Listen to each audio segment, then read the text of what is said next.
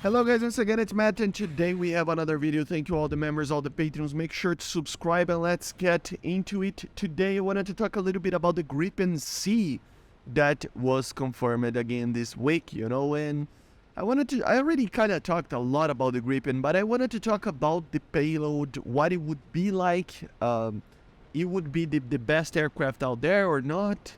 It's complicated to tell, but a lot of people think that it's a super aircraft that will kill everything that it flies, and I don't think it will be the case, to be honest. I think it's a very powerful aircraft, but if counters are at it, the counters from the same time era, they're probably going to win against it in certain situations, but it will still be amazing.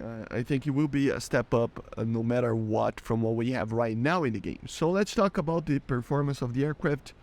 It's supposed to have around 1.04 of thrust to weight. So yeah, if you compare to the 912 MiG-29, for example, that has around 1.11. The F-16 blocks 30, the C variant. That is one of the lightest ones and one of the most powerful ones in engine-wise. It has a thrust weight of 1.11 as well. Su-27s and MiG-29 913s at around 1.09, something like that, F-15s as well. So compared to the 1.04, it's still amazing. It's nothing like the 0.8 or something that the Mirage has, or 0.7, I don't remember. So it's going to be good. But I think the main thing about it, about the performance, the flying performance, especially in the dogfight, is that it's going to be an insta-turn aircraft. It will probably do well on the one turn, on the one circle, just due to that. And after that, it probably will lose a lot of energy, and then it would, lose maybe for some of the other aircraft. But still, this is just completely guessing, but compared to something like an Eurofighter, I still think that those type of aircraft will turn more even in an instantaneous turn.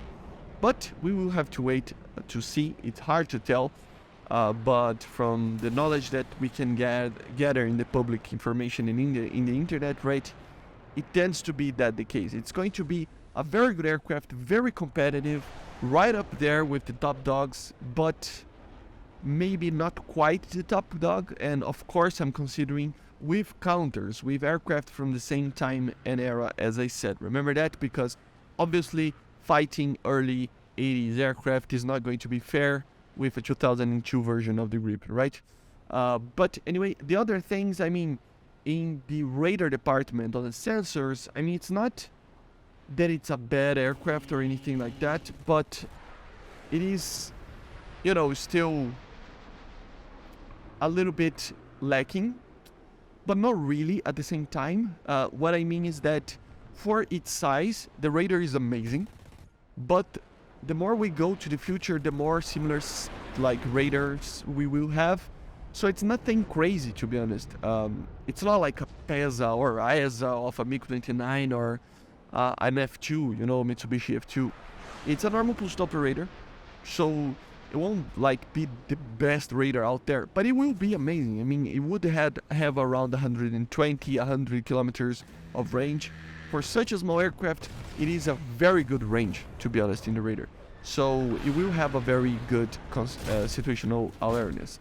And then we go for this. Here we have the payloads that basically a Gripen C would look like or would have, right? We'll start from the bottom here with the air-to-ground stuff, the RB-75, which is a version of the Maverick, So yeah, it can carry Mavericks, which is very cool. Together with the Lightning III targeting pod, you would have thermals and be a very good anti-tank weapon system. Obviously, you would create your own custom loadout. So, for example, this pilot would be able to carry the 9Ls together with 4 of these, all these missiles. Of course, as I said, targeting pod would be used to laser designate the paveways and other stuff like that, so pretty cool. It would have an ECM pod as well. I don't know if it's the most effective thing ever or anything like that, or if we are even going to see ECM. It's something that we need to talk about even, because a lot of people are talking about how ECM is coming to War Thunder fairly soon. So yeah, we don't know yet, but still, it would have some form of ECM. Then the RBS-15, there are some variants of this missile, but in a general sense, it is anti-ship missile. So yeah, very good multi-role aircraft, right? Then the GBU-12 paveways, obviously just the normal GBUs, you can take them. As you see, not very big bombs, not a lot of missiles, nothing like that. Remember, this is a very light aircraft. It is an aircraft that is supposed to be very light, so don't expect to like take up a large amount of bombs and stuff. But still, 10 market issues is pretty alright, right?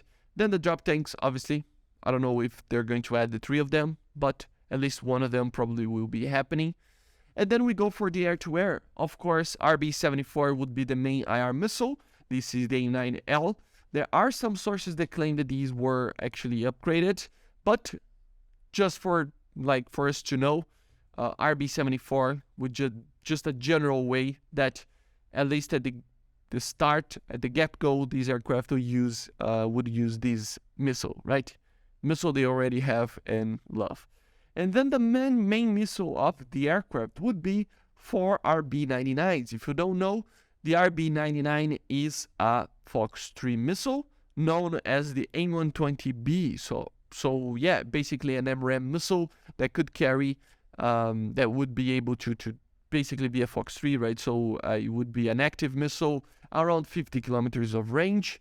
The official number that we normally see is 30 kilometers of max range at 3,000 meters, flying at Mach 1. So it would still be outranged by the YAR, but it would outrange the R-27R. So it is a pretty good range, not by much even, but still it is alright. The main thing is that it would be a Fox 3 missile. So together with that radar that I talked about, the PS-05, if I'm not mistaken, that's the name. It is a pretty good radar, pulse doppler, normal pulse doppler, but 4 RB-99s together with 2 RB-74s would be very, very cool to see, and it would be just a light fighter. As you see over here, it's nothing too crazy, okay, guys? I talked about the radar, I talked about the performance of the aircraft and the missiles and weaponry, and as you see, it's nothing too crazy. It's just a bit more than what we have right now, just due to the Fox 3s, but everything else is kind of what we have, right? So just think about this for a moment, right? That these missiles, they're not the most OP thing ever. So we'll probably get a progressive addition of them, and it won't be that much of a difference. I mean, Fox 3s will probably change the dynamic of the game, but I don't think it's going to be too much of a difference. Not like when the first MiG-19 was added with missiles, right? So yeah, it's pretty alright actually.